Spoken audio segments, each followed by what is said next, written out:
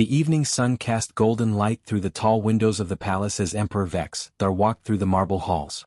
His scales shimmered like polished metal as he moved, his massive body filling the entire corridor.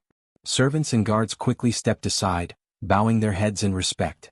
The Dragon Emperor had ruled for 3,000 years, and everyone in the kingdom knew to stay out of his way. He was heading toward the grand dining hall where the evening feast was being prepared. The cooks had been working all day to prepare a special meal. Vex Thar walked slowly, his claws clicking softly against the stone floor. He enjoyed watching his servants work, seeing how smoothly everything ran in his palace. It made him feel proud, knowing that his empire was strong and well organized. As he passed through the kitchen corridor, he noticed the human servants rushing back and forth, carrying trays and arranging food on platters. There were many humans in the palace. They were small, fragile creatures compared to the dragon's kind, but they were hardworking and reliable. The dragon had always treated his human workers fairly, or so he believed. After all, they had shelter, food, and safety within his walls. What more could they want? One particular human maid caught his attention as she hurried past with a large platter of roasted vegetables. Her name was Riley, and she was one of the newer servants in the palace. Vex Thar had seen her around before, always keeping her head down and working without complaint. But today something was different. As she walked past him, her sleeve rode up slightly, and the Dragon Emperor's sharp eyes caught something unusual. There, wrapped around her wrist, were dark purple bruises. Not small marks, but deep, angry bruises that told a story of violence. Vex Thar stopped moving. His golden eyes locked onto the marks, studying them carefully. The bruises were fresh, maybe a day or two old. He had seen enough violence in his long life to recognize the pattern. These were not accidental. Someone had gripped her wrist tightly, so tightly that it had left these marks. Riley felt his gaze on her and immediately froze. Her entire body went stiff. Very slowly, she turned to look at the Emperor, and fear flashed across her face. Without saying a word, she quickly pulled her sleeve down, covering the bruises completely. Her hands trembled slightly as she did this. She kept her eyes down, not daring to make direct contact with the dragon's intense stare.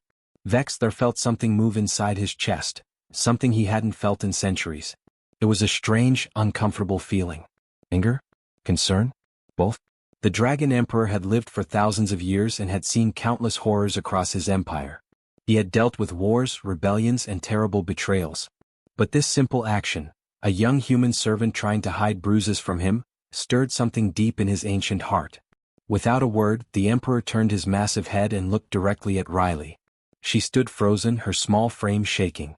The dragon was easily 20 times her size, and she looked like she wanted to disappear into the stone walls. Vex Thar raised one large clawed hand and made a simple gesture. He pointed one long finger toward his private chambers deeper in the palace. Riley's eyes went wide. Being summoned to the Emperor's private chambers was rare and usually meant something serious. But she had no choice. To refuse would be unthinkable. Very slowly she nodded, still keeping her eyes down. She carefully set down the platter of vegetables on a nearby table and began walking toward the direction the Emperor had indicated. Vex Thar turned and began walking, his tail swishing behind him as he moved through the palace corridors. He could hear Riley's nervous footsteps following far behind, echoing off the stone. The dragon's mind was spinning with questions. Who had done this? What? And why had she tried to hide it from him? These questions bothered him more than he wanted to admit. As they walked deeper into the palace, away from the busy kitchens and servant quarters, Vex Thar's mind began to race. In his 3,000 years of rule, he prided himself on running a just kingdom. He believed his people were treated well, that they had everything they needed. But now, looking back at that moment when Riley tried to hide her bruises, he wondered if he had been blind to something happening right under his nose. What else might he have missed? What other secrets were hiding in the shadows of his palace? The Emperor reached his private chambers and pushed open the heavy wooden doors. He stepped inside and turned to face Riley, who had finally caught up with him. She stood in the doorway, trembling, waiting to hear what the most powerful being in the kingdom wanted to say to her. Riley stood in the doorway of the Emperor's private chambers, her entire body shaking. The room was vast and impressive, filled with gold decorations and ancient tapestries hanging from the walls. A massive fireplace dominated one side of the room, its flames casting dancing shadows across everything. The Emperor's personal quarters were beautiful but also intimidating, especially for someone as small and scared as Riley. Vex Thar moved across the room and sat down on his throne-like chair, which was specially built to support his enormous weight. Even sitting he was still taller than Riley. He gestured for her to come closer. Riley hesitated for a moment, then slowly walked into the room, keeping her distance. Her heart was pounding so hard she thought it might burst out of her chest. The Emperor looked down at her with those intense golden eyes.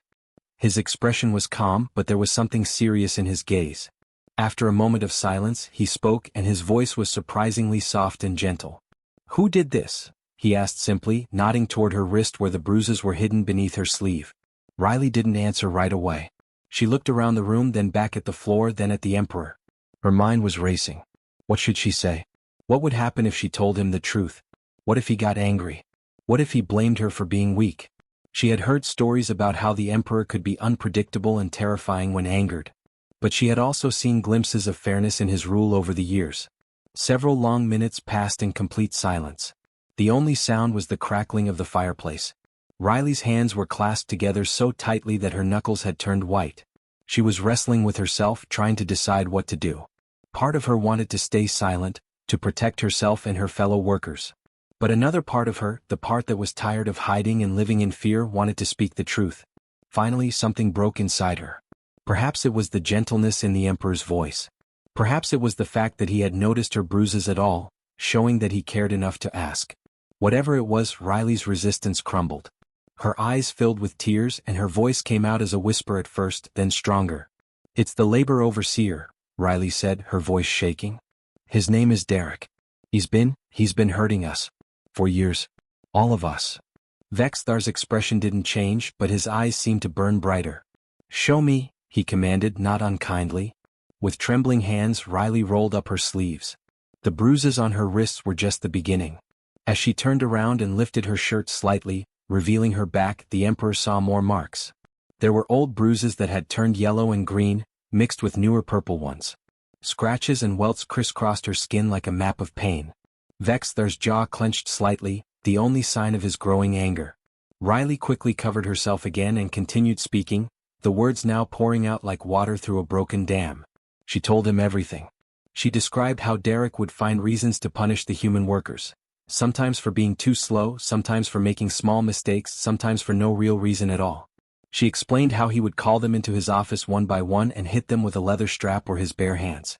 She described the fear that lived in every human servant's heart, the constant worry about what might trigger the next beating. "There are others," Riley said, naming them off. "Thomas, Robert, and Kelly. They all have marks like mine. Some are worse. Kelly broke her arm last month when Derek threw her against a wall because she dropped a dish. But we couldn't tell anyone because—" She trailed off, looking down at her feet. "Because why?" Vexthar asked, his voice now harder. "Because we were afraid," Riley admitted. "Derek told us that if we complained, if we went to anyone in authority, we'd be sent away. Deported. He said no one would believe us anyway, that humans are just workers and our word means nothing. He said if we made trouble, we'd end up with nowhere to go, no home, no job, nothing. We'd starve." The Emperor leaned back in his chair, processing this information. His claws dug slightly into the armrests, leaving small scratches in the ancient wood. The fury burning in his chest was almost unbearable. For 3,000 years, he had prided himself on ruling justly. He had believed his palace was a place of order and fairness. But all this time, right under his nose, one of his own officials had been committing terrible acts against the people under his protection. "How long?" Vexthar asked, his voice now cold and dangerous. "At least 5 years that I know of," Riley whispered. "Maybe longer. The older workers say it's been happening for almost 10 years. The Emperor's eyes flashed with barely contained rage. He stood up abruptly, his massive form rising to its full, terrifying height. His tail swished back and forth agitatedly. "You did the right thing by telling me," he said to Riley, his voice steady but carrying an edge that made her understand just how furious he truly was. "From this moment on, you and everyone else will be protected. This ends today."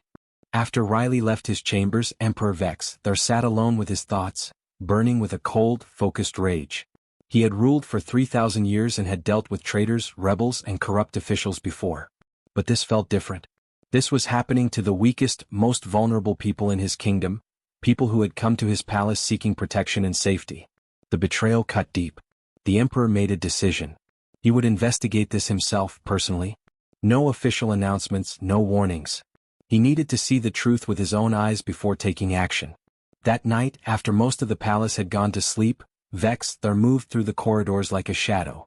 He had his guards stay far behind, watching from a distance. The Emperor himself, despite his massive size, could move quietly when he chose to. His scales made no sound against the stone floors. He made his way to the human labor quarters, a section of the palace that was usually busy during the day but quiet at night. The area was simple and sparse compared to the rest of the palace.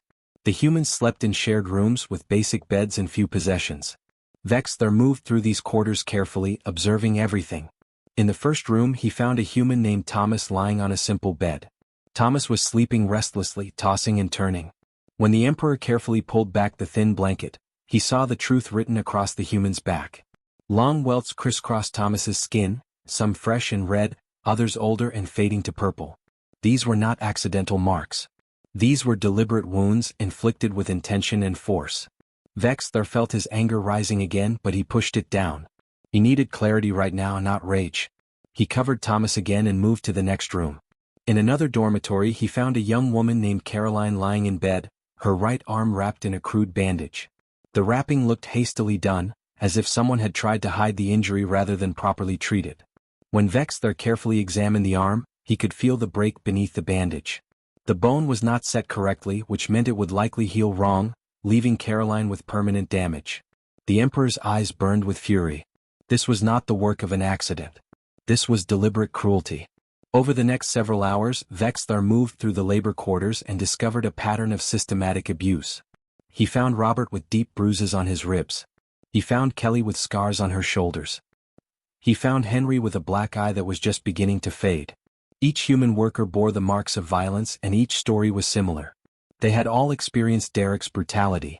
But the investigation revealed something even worse.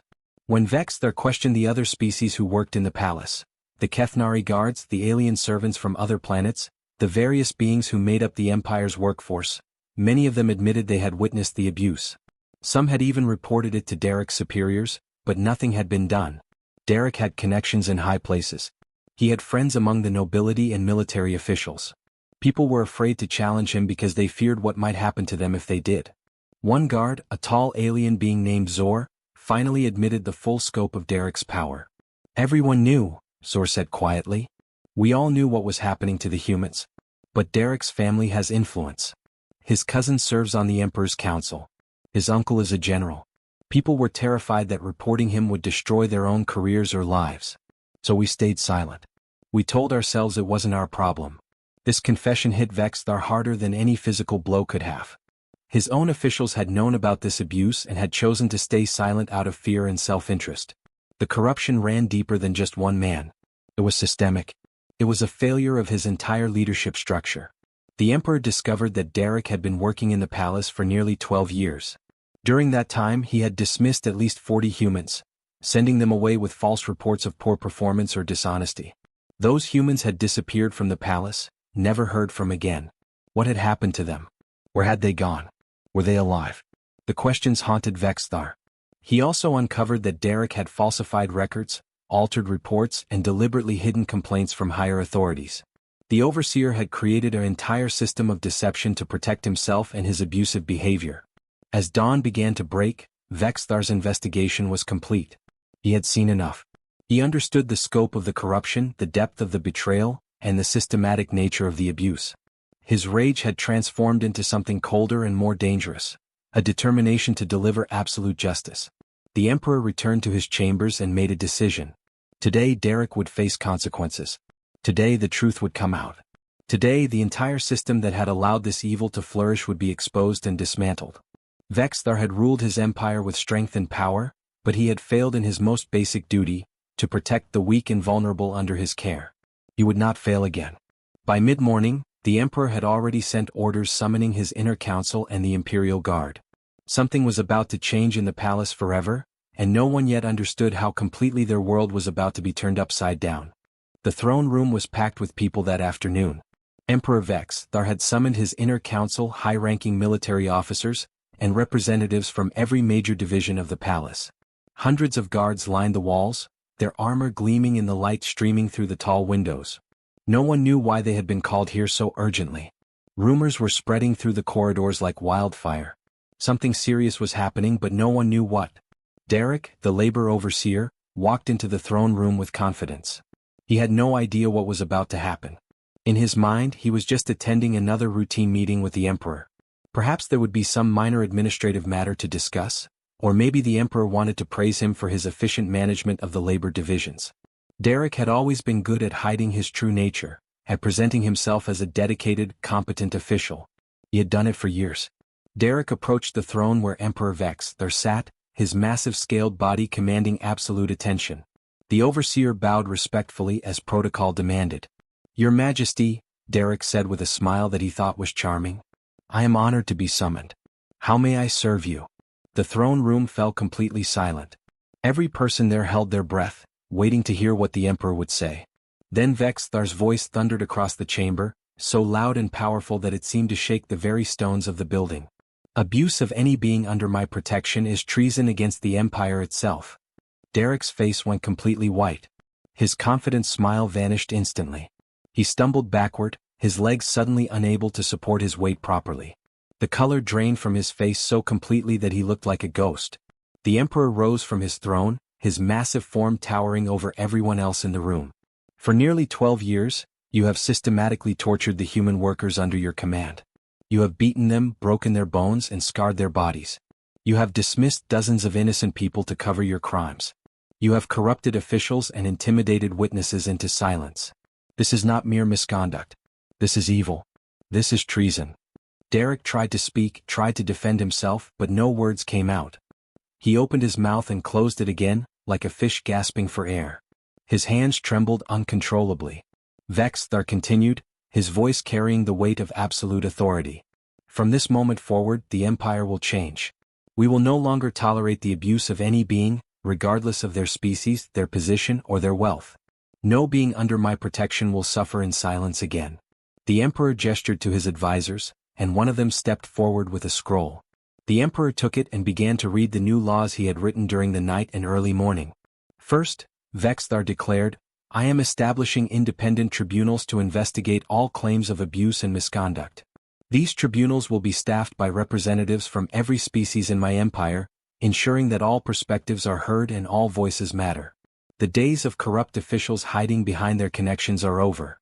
The council members listened intently, many of them realizing for the first time just how serious the Emperor was about this matter. Second, the Emperor continued, "Mandatory protections will be implemented for all workers regardless of their station. Every labor division will have independent monitors who report directly to my office, not to their immediate superiors. These monitors will have the authority to investigate complaints without fear of retaliation." Derek was now visibly shaking. He knew what was coming.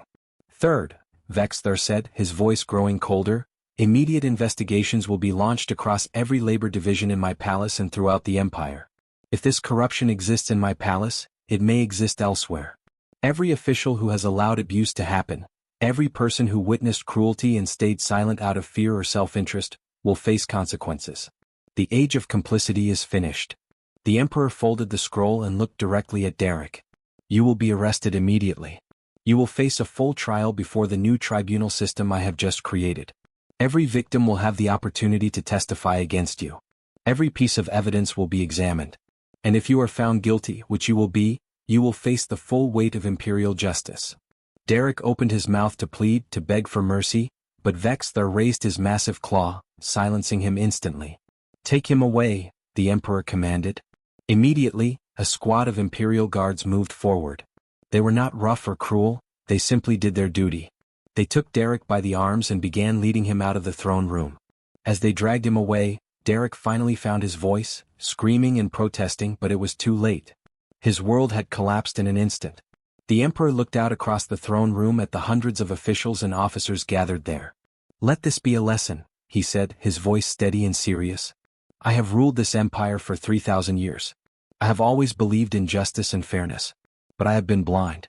I have allowed evil to flourish because I was not paying attention. That changes today. From this moment forward, if you know of abuse and you do nothing, you are complicit. You will face consequences. If you witness cruelty and stay silent, you share responsibility for that cruelty." The message was clear and absolute. No one in that throne room had any doubt about what the Emperor meant. The old order was dead. A new era of accountability had begun. As Derek's screams faded down the corridors as he was led away to a holding cell, everyone in the throne room understood that they had just witnessed a turning point in the Empire's history. Nothing would ever be quite the same again. 3 weeks after Derek's arrest, the first official trial of the new Justice Tribunal began. The courtroom was unlike anything the palace had ever seen before. It was designed to be fair and open to all species. Humans sat alongside aliens and Kethnari warriors.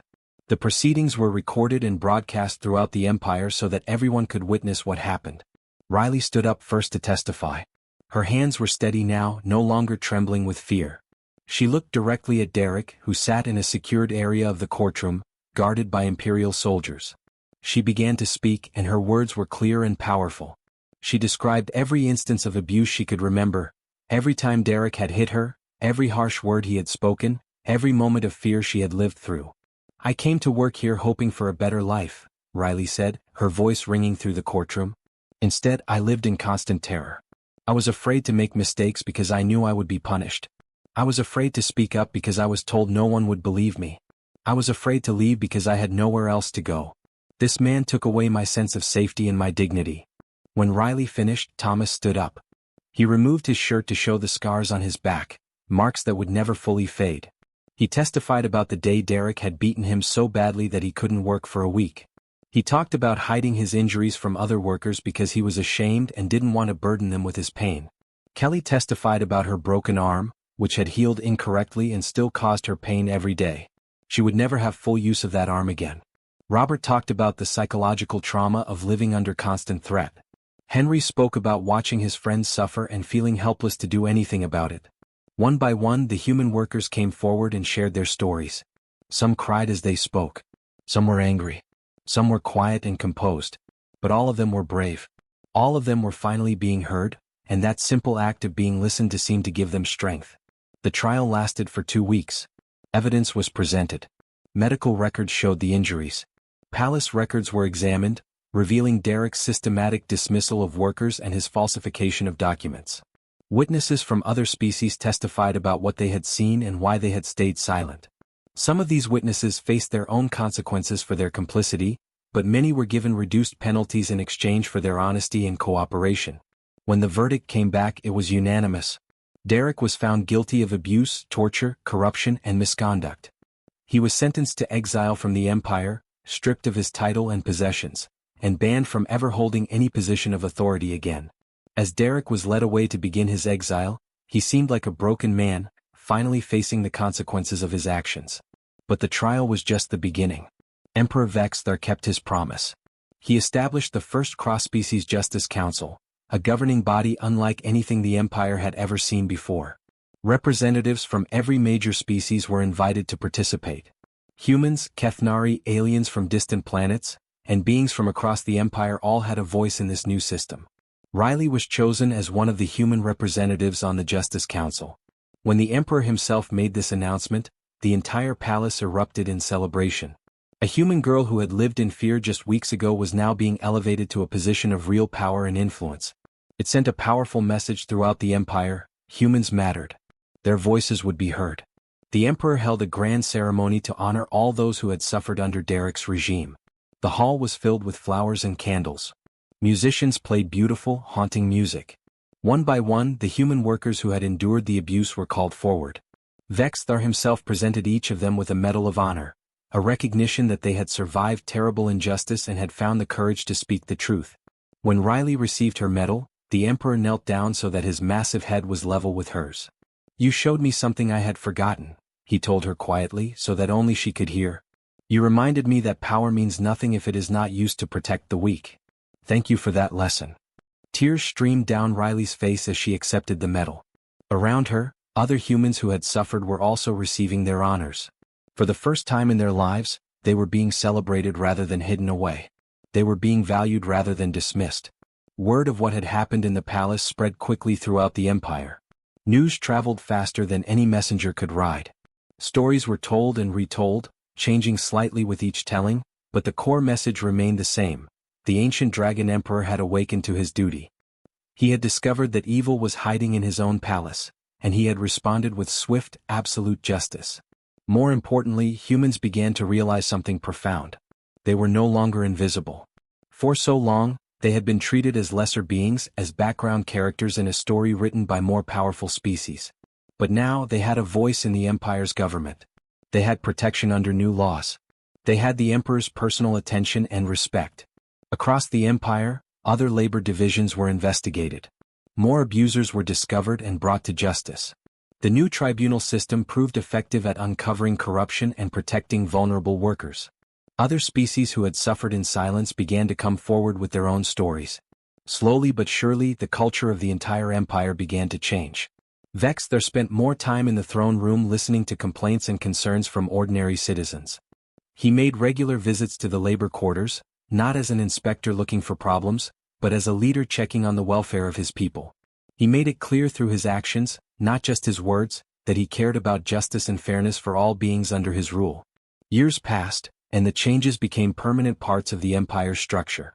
The Justice Council became more powerful and more respected. Independent monitors protected workers in every division. Laws were passed that ensured no being could be abused without consequences. And at the heart of it all was a simple truth that had been forgotten: that even the smallest, most powerless being deserved dignity and respect. That justice was not just a concept for the powerful and wealthy, but a fundamental right for all. That one person willing to speak the truth, even in fear, could change an entire empire. The Dragon Emperor had ruled for 3,000 years, but his greatest accomplishment came not from conquering new lands or building greater monuments. It came from finally understanding that true power lay not in domination but in protection. Not in silence but in listening. Not in maintaining the old order but in creating a new one where everyone, even humans, finally mattered.